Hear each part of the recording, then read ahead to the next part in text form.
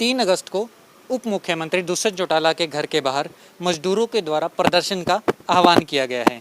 कारण है, लंबे समय से करीब 1 साल से मजदूरों को रजिस्ट्रेशन करवाने में काफ़ी तकलीफ़ों का सामना करना पड़ रहा है, जिसकी वजह से उनके अधिकारों का अच्छा खासा नुकसान हो रहा है।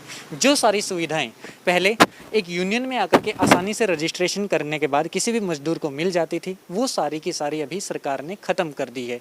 सुविधाएं ख़त्म नहीं की है, जो पंजीकरण है उसकी जो प्रक्रिया है उसको बेहद जटिल कर दिया है, जो एक तरीके से सीधा सीधा मजदूरों के अधिकारों पर चोट मारता है। बात करते हैं मनोज सोनी से, उनसे इस बारे में जानकारी लेते हैं। मनोज सर, मैं आपसे जानना चाहूँगा कि कुछ दिन पहले मैंने एक खबर देखी थी जिसमें आप बता रहे हैं कि 3 तारीख को उप मुख्यमंत्री के आवास के बाहर प्रदर्शन किया जाएगा। वो आखिर मामला क्या, थोड़ा समझाएंगे? ऐसा है जी, हमारे निर्माण मजदूरों का जो बोर्ड है, उस बोर्ड से मजदूरों को कुछ राहत या सुविधाएं मिलती हैं। उस बोर्ड में मजदूर अपना 5 रुपये हर महीना डालता है। बाकी शहरों के अंदर जो 10 लाख से ऊंची बिल्डिंगें हैं या हाईवे है, फ्लाईओवर है, उनका 1% उस बोर्ड में पैसा डालता है।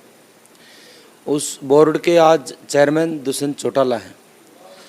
हमने लोकल स्तर पर अपनी मांग मुद्दों के साथ ज्ञापन दे चुके हैं और दुष्यंत के पास भी भेज चुके हैं।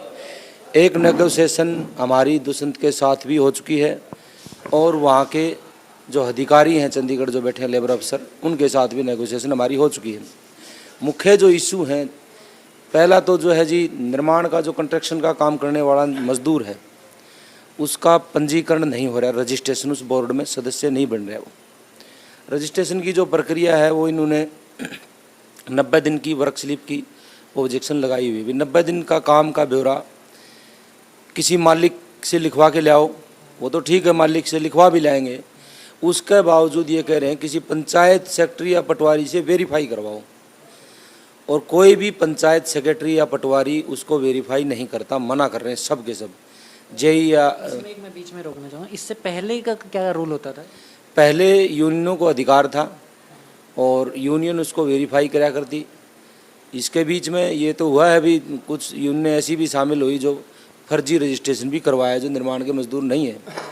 लेकिन हमारी यूनियन CI2 की यूनियन है, जो आज से लेके पहले तक जब भी रजिस्ट्रेशन जितना कराया है सब ओरिजिनल मजदूरों का रजिस्ट्रेशन करवाया है।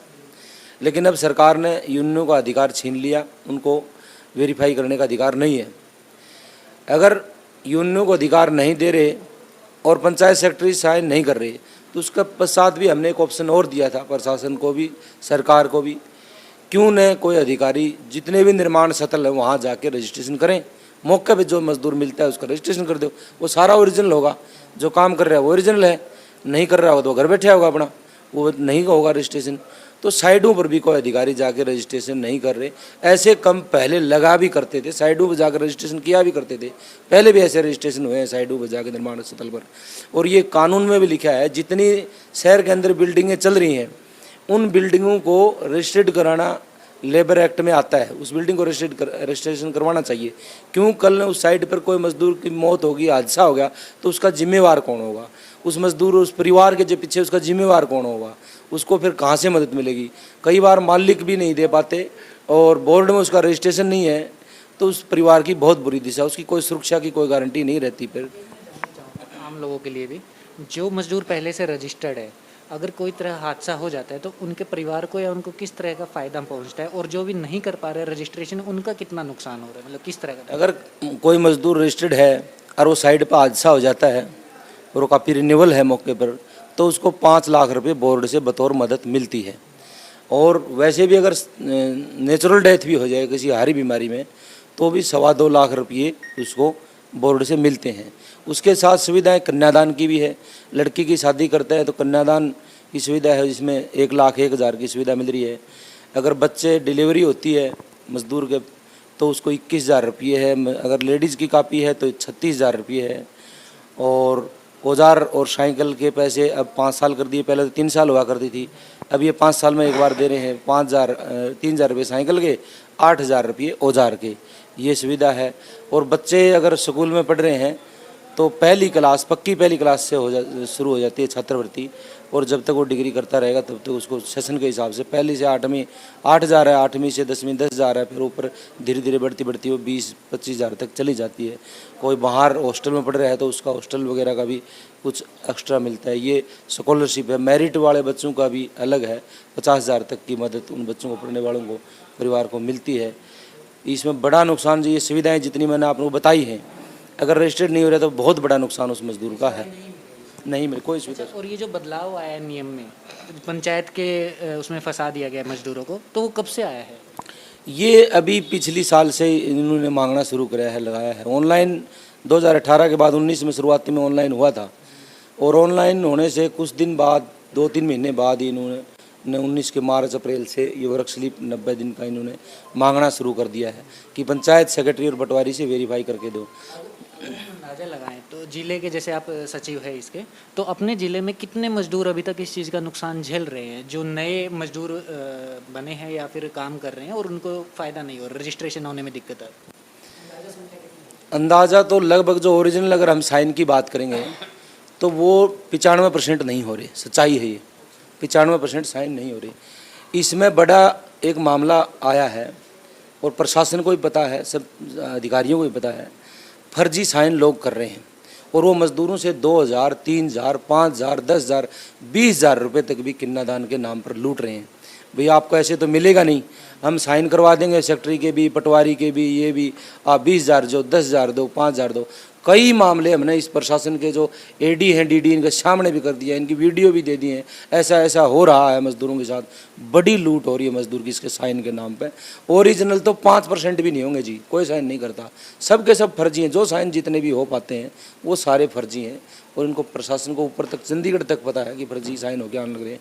कोई पंचायत सेक्रेटरी इसको वेरीफाई नहीं करता, और वो जो कर भी रहा होगा कोई साइन तो पैसे लेके कर रहा होगा, वैसे तो कोई साइन नहीं कर रहा है मजदूर पे। जैसा आपने बताया कि पहले भी एक बार आपकी मीटिंग हुई थी दुष्यंत चौटाला से, तो उसमें क्या था, उनका क्या रिएक्शन था कि क्या बदलाव वो कर सकते हैं या फिर नहीं करेंगे, या कुछ आश्वासन दिया? उन्होंने हमारे से कुछ सुझाव लिए थे इसमें क्या क्या हो सकता है। हमने 2-3 सुझाव दिए। एक तो ये साइडों पर रजिस्ट्रेशन हो जाए, ये दिया, तो उस पर उन्होंने नोट कर लिया। एक हमने ये भी कहा कि भाई एक आईडी किसी यूनियन को दे दीजा, और उस यूनियन को आईडी दोगे आप तो उससे वो रजिस्ट्रेशन करेगा, उससे उसका आंकड़ा निकल के आएगा इतने रजिस्ट्रेशन इसने करवाए हैं। अगर 200 रजिस्ट्रेशन करवा दिए मान लो उसने, तो 200 में से आपको 20-30 मजदूर जो डाउट के लग रहे हैं उनको वेरीफाई कर लो। जो यूनियन कोई गलत रजिस्ट्रेशन कराएगी उसके ऊपर कार्रवाई बनती है, उसके ऊपर कार्रवाई करो, लिखित में देगा वो सारी चीज़ें। अगर सही रजिस्ट्रेशन पाया गया तो उस यूनियन को पहले ऊपर सत्र पर रखो, रजिस्ट्रेशन मजदूरों के होने दो। जैसे कि आप 3 तारीख को प्रदर्शन करने की बात कर रहे हैं, तो कितनी यूनियन मिलकर प्रदर्शन करेगी और अंदाजा वहाँ पे कितने मजदूर पहुँचने वाले हैं? हमारे पूरे हरियाणा लेवल की यूनियन का कार्यक्रम है ये। यूनियन तो एक ही है, CI2 की यूनियन है, हाँ, और पूरे हरियाणा सत्र पे है हमारी यूनियन। सारे जिलों में तारी चल रही हैं, जत्थे चल रहे हैं, यूनिटों में बैठकें चल रही हैं। पूरे हरियाणा से मजदूर होगा, कई हजारों की संख्या में पहुंचने की आशंका है। समय रहते प्रशासन को, और इसका आपके मीडिया के माध्यम से, आपके चैनल के माध्यम से मैं प्रशासन से भी, सरकार से ये अपील करता हूँ कि इसको आसान कराया जाए ताकि मजदूर इसकी प्रक्रिया को पूरी करें। और जो आसान जगह साइडों पर रजिस्ट्रेशन करवाना, और इसको वर्क स्लिप वाला जो मामला, बड़ा मसला वर्क स्लिप का है, इसमें कोई गांव सत्र की कमेटी भी बनाई जा सकती है, 3-4 मुख्य लोगों को जोड़ के वो वेरीफाई कर दें कि हाँ यो मजदूर है कि नहीं है। शहर में भी 2-3 लोगों की कमेटी गठित करी जा सके है, वो वेरीफाई कर दें, ऐसा भी कुछ हो सकता है। यूनियनों को भी अधिकार दिया जा सकता है। ये 2-3 सुझाव हैं, तो इन पर विचार करना चाहिए, और मजदूरों का जो अधिकार है उसको उसे मिलना चाहिए, और उसकी लूट बंद होनी चाहिए। जितने भी दलाल हैं उनकी भी कार्रवाई होनी चाहिए। एक और मेरे दिमाग में आया कि जैसे ये तो एक समस्या है ही, रजिस्ट्रेशन ना होने की वजह से जो मजदूरों का नुकसान हो रहा है वो तो है ही। हमने कुछ वक्त पहले देखा था कोविड के नाम पर या फिर मंदी के नाम पर उत्तर प्रदेश के अंदर मजदूरों के जो अधिकार है उनको ख़त्म करके एक तरीके से बहुत कमज़ोर कर दिया था, वो ख़त्म ही हो गए थे। तो हरियाणा में भी ऐसा कुछ हुआ था? वो तो जो इन्होंने 40 कोड कानून है जो लेबर एक्ट के, वो उसको सारा को मर्ज करके 4 कोड में तब्दील कराया है। अभी वो सारी चीज़ें नहीं आई है निकल के, उसमें क्या क्या इन्होंने संशोधन कराया है। उसके बाद मजदूरों के अधिकार कम हुए हैं, चाहे यूनियन बनाने का अधिकार है उसमें भी दिक्कतें पैदा हुई हैं, यूनियन चलाने में भी दिक्कतें हैं, घनी प्रोसेस उन्होंने लगाई है। धरने प्रदर्शन जो यूनियन करती है अपनी मांगों को लेकर या किसी मारी गई दिहाड़ी को लेकर, उस एक्ट पर वैसे लड़ा है। और कंपनसेशन एक्ट है उसको भी कमज़ोर किया है। काफ़ी कानूनों को इन्होंने कमज़ोर किया है। जो श्रम काम के घंटे 8 से 12 करने जा रहे हैं, कई चीज़ें पास करी हैं। बड़ा नुकसान मजदूरों का इसके बीच में हुआ है। बहुत बहुत शुक्रिया।